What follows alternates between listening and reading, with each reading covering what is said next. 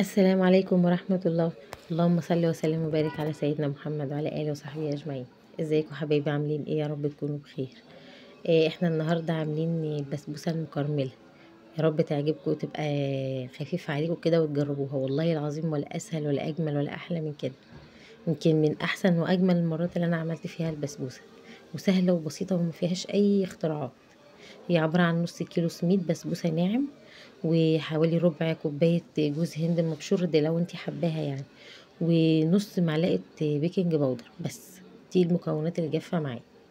دي بقى بقلبها كده على بعضها وبركنها على جنب. وهنا بقى بعمل الكراميل بتاعي، عبارة عن كوباية سكر ونص كوباية مية أو ربع، يعني هو تلت، مش عارفة ايه ده، هو تلت كوباية يعني لا ربع ولا نص. بتتكرمل كده مع بعضها، بسيبها على النار لحد ما تغلي على نار عالية. وبعد كده بقى بوطي عليها النار لحد ما يعني اما تغلي بالشكل ده كده.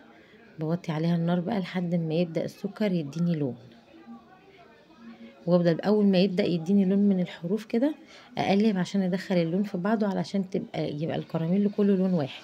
بهدي النار عليه شويه عشان ما يتحرقش مني، لان هو مش بيستحمل. ويا ريت حبايبي نخلي بالنا، لان هي اللسعه بتاعتها وحشه قوي قوي. لسعه السكر بالذات دي صعبه جامد يعني. بنقلبها بحذر كده لحد ما يبدأ بقى ايه الكراميل يبدأ لونه يتغير معانا بالشكل ده كده. بدأ لونه يتغير اهو كده، بقى احنا نفضل واقفين قدامه ما نتحركش. اهو بدأ يطلع لونه جميل معانا اهو، درجة بدرجة. بندخل الألوان في بعضها لحد ما يدينا الدرجة المناسبة اللي احنا محتاجينها. والله العظيم كان طعمها تحفة تحفة، كانت لذيذة جدا. واللي وصل معايا لهنا بقى ياريت مينسلاش في اللايك والاشتراك. بالشكل ده كده هنفضل نقلب ومخليين بالنا جدا واحنا بنقلب، ودايما طول ما انتي بتقلبي هتلاقي درجة اللون بتتغير معاكي خطوة بخطوة. او بصي بيتغير ازاي في ثانية، ما بتستحملش. اول ما السكر بيلون على طول بتغلي كده معانا.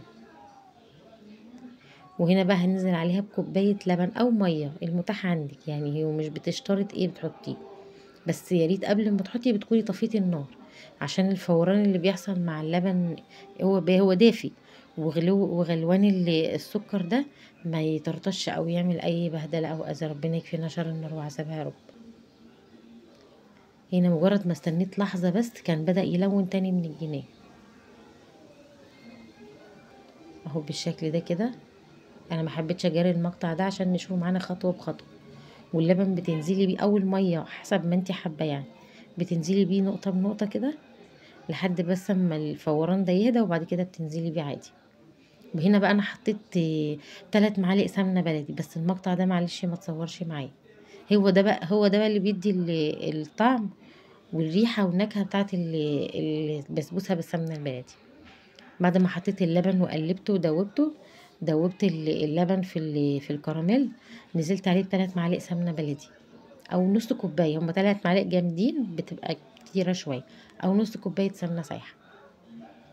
وبعد كده تنزلي بيها بقى بعد ما تهدى شويه على السميد وتقلبيها. بس هنا كانت ناشفه معايا فنزلت عليها ببق لبن صغير بس كده ايه عشان تطرى معايا.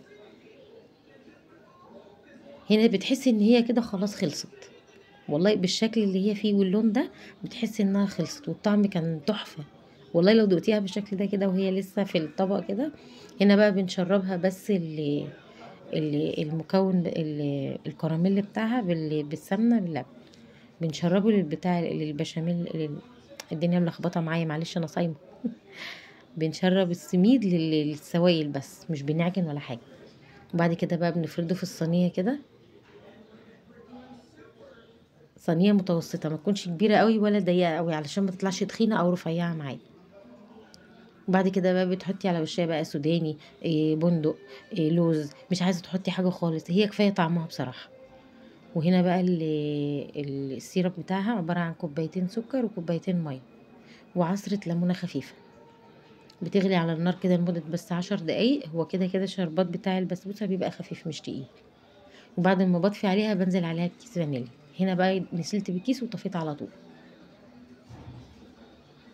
ربنا يحسن ما بين ايدينا جميعا يا رب. ما تنسونيش بقى في اللايك والاشتراك فضلا وليس امر.